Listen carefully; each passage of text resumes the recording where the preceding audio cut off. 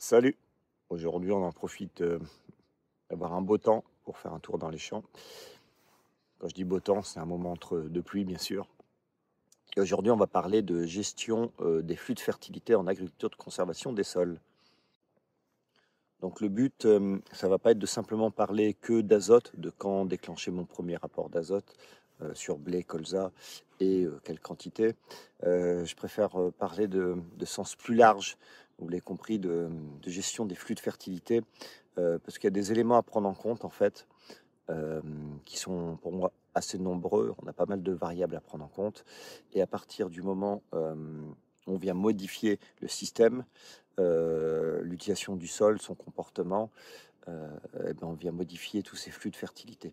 Alors, quand je parle flux de fertilité, ben, je parle azote, phosphore, potasse, soufre et autres éléments. Plutôt que azote, nos plantes n'ont pas besoin que d'azote, ça. C'est-à-dire, on va dire, c'est le carburant principal, mais pour moi, il ne faut pas raisonner que ça. Donc, je vous disais entre deux pluies, pourquoi la semaine dernière, on s'est pris 72 mm, je crois, en 36 heures. Ça mouillait un peu, là, il y avait de l'eau, beaucoup d'eau en surface. Là, on s'est repris de l'eau fin de semaine dernière et ce week-end, et là, ça a plu un peu toute la matinée. Donc, bien sûr, on arrive début février, on se pose tous, on voit toujours, selon les secteurs de France, alors il y a un décalage entre les apports d'azote, entre le sud de la France et le nord, bien sûr, il y a un apport de plusieurs semaines, voire en un mois. Donc la question se pose pour les blés, mais pour moi, on ira voir après, la question se pose pour les colzas encore plus vite. Là, j'en profite d'être dans les parcelles. C'est les parcelles que je vous montre un peu régulièrement. Celle-là, déjà parce qu'elles sont au bord de la route, elles sont faciles d'accès. C'était les deux blés semés un peu plus tôt. Ici, avec destruction des repousses de colza avant le semis et derrière après le semis. Honnêtement, il n'y a pas de différence. Là, ce qu'on voit, c'est que l'activité biologique s'est améliorée avec les années dans ces parcelles comme ça. Vous voyez, c'est à peu près tout du même niveau. Il n'y a pas de décoloration. Le comportement du blé, de la culture commence à être un peu homogène, intraparcellaire, alors qu'avant ce n'était pas du tout le cas. On voyait des veines de terre, ainsi de suite. Donc tout ça, c'est nivelé avec les années, avec l'amélioration du sol. Quand j'ai amélioration du sol, c'est la matière organique, c'est sa porosité, c'est tous les éléments qui la composent, la quantité de carbone, et ainsi de suite. Et l'activité biologique s'est améliorée avec les années, et ce qui fait que plus il y a d'activité biologique, plus ça mange vite les éléments que vous laissez en surface, et moins il y a à manger sur le long terme. Et donc là, on a eu des précipitations un peu pendant l'hiver, mais vous voyez, je vais vous montrer la différence de comportement. Pourquoi on aime avoir des sols couverts. Quand je dis couverts, ça peut être avec les débris végétaux. C'est que partout sous les débris végétaux, on trouve les vers de terre. Limite, vous voyez, là, il y a les vers de terre qui sont en fleur de sol. Alors que là, les sols sont vraiment gorgés d'eau. Et qu'on appuie dessus, là, on arrive à faire sortir l'eau. Et partout, dès qu'il n'y a plus d'éléments minéraux, malgré le fait que le sol n'a vu aucun travail en plein depuis, je sais pas, 7 ans peut-être, cette parcelle, vous voyez, dès qu'il n'y a plus à manger, la partie limon peut arriver à se refermer assez rapidement quand même en surface. Le sol reste comme déstructuré, structuré, mais vous voyez, il peut se glacer. Les premiers millimètres peuvent arriver à se glacer quand même assez vite quand il y a un manque de nourriture. Bon, vous voyez, juste dessous, on se retrouve avec une belle structure quand même de surface, ça fait comme un petit matelas avec toutes les racines, mais ça, je vous l'ai déjà montré souvent. Et c'est pourquoi on veut toujours de la nourriture en surface. Mais dès qu'il y a de la nourriture, le sol est protégé, vous voyez, on bouge un peu les résidus. Le sol est en meilleures conditions et l'activité biologique continue. Mais là, le but, c'est pas de parler de ça, mais un peu. Pourquoi je vous parle de ça, d'ailleurs? Donc, vous le voyez, les blés sont bien verts. Donc, on peut dire, chez lui, ça marche bien. Donc, la situation est différente. Chez moi, c'est peut-être pas pareil. Alors, ce que vous voyez là, ça n'a pas toujours été le cas. Quand on a pris ces parcelles, c'était il y a 8 ans à peu près. Le fonctionnement du sol n'était pas la même chose. Le taux de matière organique, pour vous dire, je vous en parle souvent, on a fait des analyses de sol à la prise des champs pour savoir avec quoi on partait. Et ça allait de 1,6 à au mieux d'avoir une parcelle à 2,4, je crois. Mais je crois que j'avais dû avoir un seul échantillon. Donc c'est tout entre 1,6 et 2,1 à peu près. pour un taux d'argile à 17%, c'est-à-dire le ratio émaux-sur-argile, on était à 10-11 à peu près, sachant qu'on vise qu'un sol tourne bien. Quand on approche des 17%, c'est que les sols, c'est là qu'on estime qu'un sol fonctionne bien. Donc c'est des sols qui avaient on va dire une carence en carbone, façon de parler, mais c'est-à-dire avec un manque de matière organique. Il y avait un manque d'autres éléments, mais il y avait aussi un manque de calcium, il y avait un manque de phosphore de manière globalisée, et surtout, la vie du sol, l'activité biologique était faible, puisqu'en fait, les sols n'étaient plus habitués à avoir à manger. Souvent, les pailles étaient soit exportées, soit des faibles récoltes. Si par exemple, vous faites une rotation, comme c'était le cas dans pas mal de parcelles ici, avant, c'était souvent blé, tournesol, avec exportation des pailles de blé. Donc le tournesol ne laisse rien. Le blé, si vous exportez les pailles, il ne reste pas grand-chose non plus. Donc moins vous donnez à manger à la vie du sol, l'activité biologique, moins, moins elle est active et plus vos sols perdent en matière organique. Donc qu'est-ce qui se passe dans ces sols-là quand d'un coup, du jour au lendemain, vous réduisez le travail du sol, donc c'est-à-dire que vous réduisez la minéralisation, vous arrêtez d'exporter les pailles, donc vous apportez de la nourriture à manger, et en plus, vous venez rapporter, en plus du carbonate de calcium, et ça c'est la base, on va dire, mais en même temps, vous apportez par exemple du déchet vert, des composts ou ce genre de choses.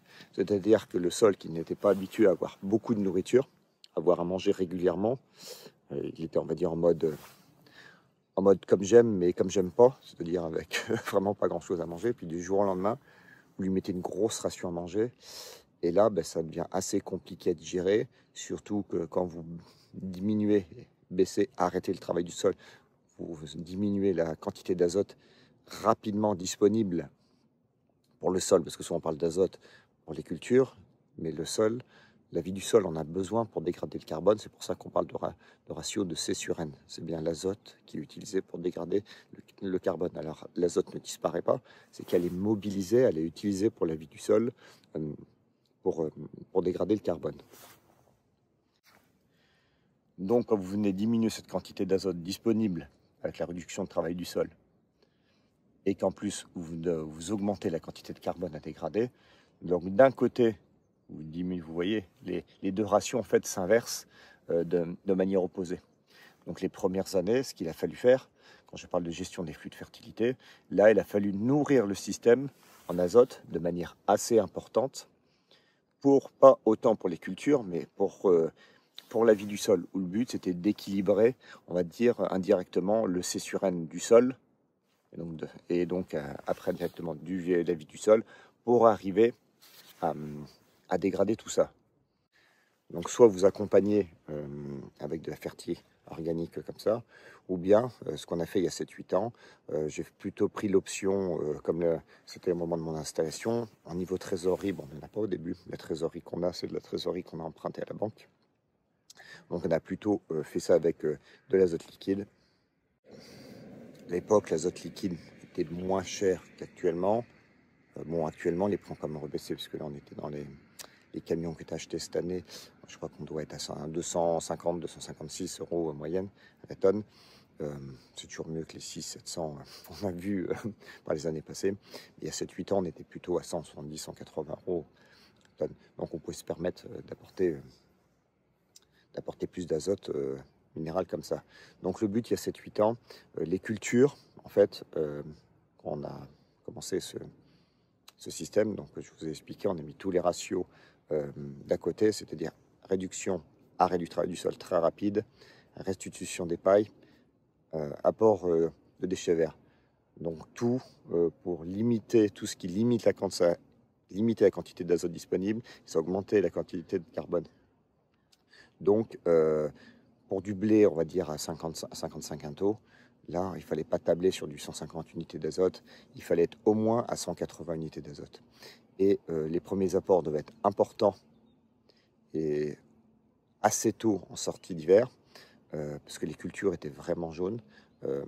Les premières années, surtout l'année 1, 2, vraiment, c'était assez important, puisqu'on partait avec des sols qui n'avaient pas du tout de répondants, qui avaient des taux de matière organique faibles, donc très peu d'azote de disponible. donc des blés très jaunes sortis verts, je vous disais. Donc les premiers rapports, si par exemple vous apportiez que 30 unités d'azote au premier rapport, le blé n'envoyait quasiment pas la couleur, c'était bien la vie du sol qu'il utilisait.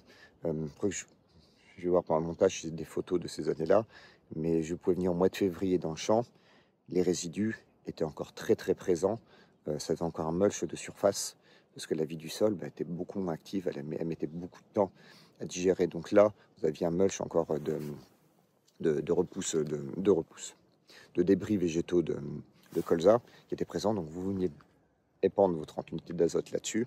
En fait, ça arrivait vraiment pas au sol, enfin, ça arrivait vraiment pas aux cultures, ça arrivait vraiment dans ce mulch de surface et était utilisé par la vie du sol.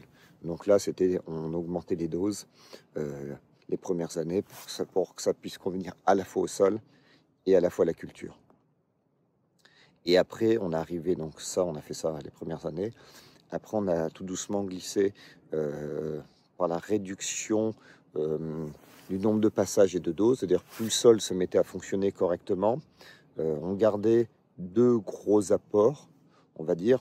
Après, on tombait à 2 fois 75, 2 fois 80 unités d'azote.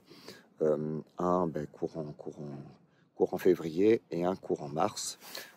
Et toujours en se comparant à soi-même et vis-à-vis du troisième apport, puisqu'on se rendait compte qu'en se comparant à nous-mêmes avec des parcelles, on gardait l'apport qualité, avec des parcelles sans apport qualité, on n'avait aucune différence sur le côté protéines. Et là, donc on a fait ça pendant pas mal de temps, surtout avec vous savez, on a passé à moins 3 ans où les printemps étaient assez secs, c'est-à-dire que on était gagnant à apporter des quantités plus importantes assez tôt, puisque le premier, on a des terres qui sèchent assez vite dans les premiers horizons du sol. Donc il faut de l'eau pour que la plante puisse utiliser l'azote, c'est-à-dire si l'azote est concentré dans les 5-10 premiers centimètres et que le taux d'humidité est ici relativement faible, l'azote n'est pas disponible. Alors que si vous aviez mis un peu plus d'azote plus tôt, qui était légèrement descendu, ça fait qu'au moment où le sac est arrivé au mois de mars, avril, la plante pouvait continuer à s'alimenter de manière correcte. Et régulièrement, mon téléphone me ressort des photos de cette époque, je crois au mois d'avril, où je jouais en tongs, des fois au bord d'un lac, ou bien en train de dérouler un enrouleur dans une parcelle en irrigué sur les parcelles en bio. Donc, depuis 2-3 ans, on a plutôt des problèmes d'excès d'eau que de manque d'eau, mais la situation n'a pas toujours été comme ça. Et l'année dernière, donc on a fait l'inverse, c'est-à-dire qu'au lieu de faire l'apport en 2 fois, on a fait basculer complètement sur l'inverse. Donc ce qu'on va voir cette année, si on ne se retrouve pas avec une situation entre les deux, la dernière, les cultures, on les pensait pas très bien enracinées. Finalement, c'était pas si mal que ça d'ailleurs, puisqu'il y avait très peu de variations intraparcellaires, un peu comme on a là. Les blés étaient moins avancés à la même époque les dernières, mais en fait l'enracinement était quand même correct. Mais les sols étaient toujours saturés en eau. Peut-être plus, j'aurais du mal à dire c'était plus saturé en eau qu'en ce moment, parce que là, la moindre pluie, tous les petits trous, toutes les petites aspérités sont remplis d'eau, donc on voit que les sols ressuient quasiment jamais complètement. Donc on se rapproche d'une situation un peu comme l'année dernière, où les sols sont vraiment saturés en eau. Donc là, dans des situations comme ça serait une erreur, c'est ce que j'ai dit l'année dernière, d'apporter des grandes quantités d'azote trop tôt. Donc ces deux situations qui me plaisent pas, si vous amenez de l'azote de manière trop importante dans des sols saturés en eau, vous avez une très mauvaise valorisation de l'azote que vous apportez, et en plus, vous pouvez avoir une dénitrification de l'azote, et ça devient plutôt toxique pour la plante qu'autre chose. Donc économiquement, c'est nul, agronomiquement, c'est nul, et en termes de rentabilité, c'est nul aussi. Donc je récapitule, on a traversé 3 phases pour la gestion des flux de fertilité pour la partie azote. Les premières années, en année de transition, où il y avait un gros besoin d'azote de par la situation de nos sols et les choix qu'on a fait de faire une transition en mode accéléré, qui n'est pas forcément toujours ce que je conseille dans tous les cas, mais voilà. Donc là, il fallait fortement accompagner en azote. Après, on a basculé à l'inverse, on a commencé à diminuer un peu la quantité d'azote pour venir un seuil normal qui correspondait vraiment aux besoins de la culture, on coupait l'azote en 2. Et après, on a changé de modèle avec les anémies. Donc les dernières, on va voir pour cette année, là je vais vous en parler un peu après, où on a plutôt fractionné les dernières. Pour rappel, c'était 150 unités d'azote apportées en 4 fois. Et j'étais assez content du choix. Les rendements étaient tout à fait corrects. J'estimais avoir pas trop mal valorisé l'azote. Et on avait quand même des rendements et des protéines tout à fait corrects. Donc là, cette année, quels vont être les choix pour le blé? Donc là, volontairement, je suis venu voir les premiers semis, puisque c'est ceux qui vont avoir les besoins les plus rapides.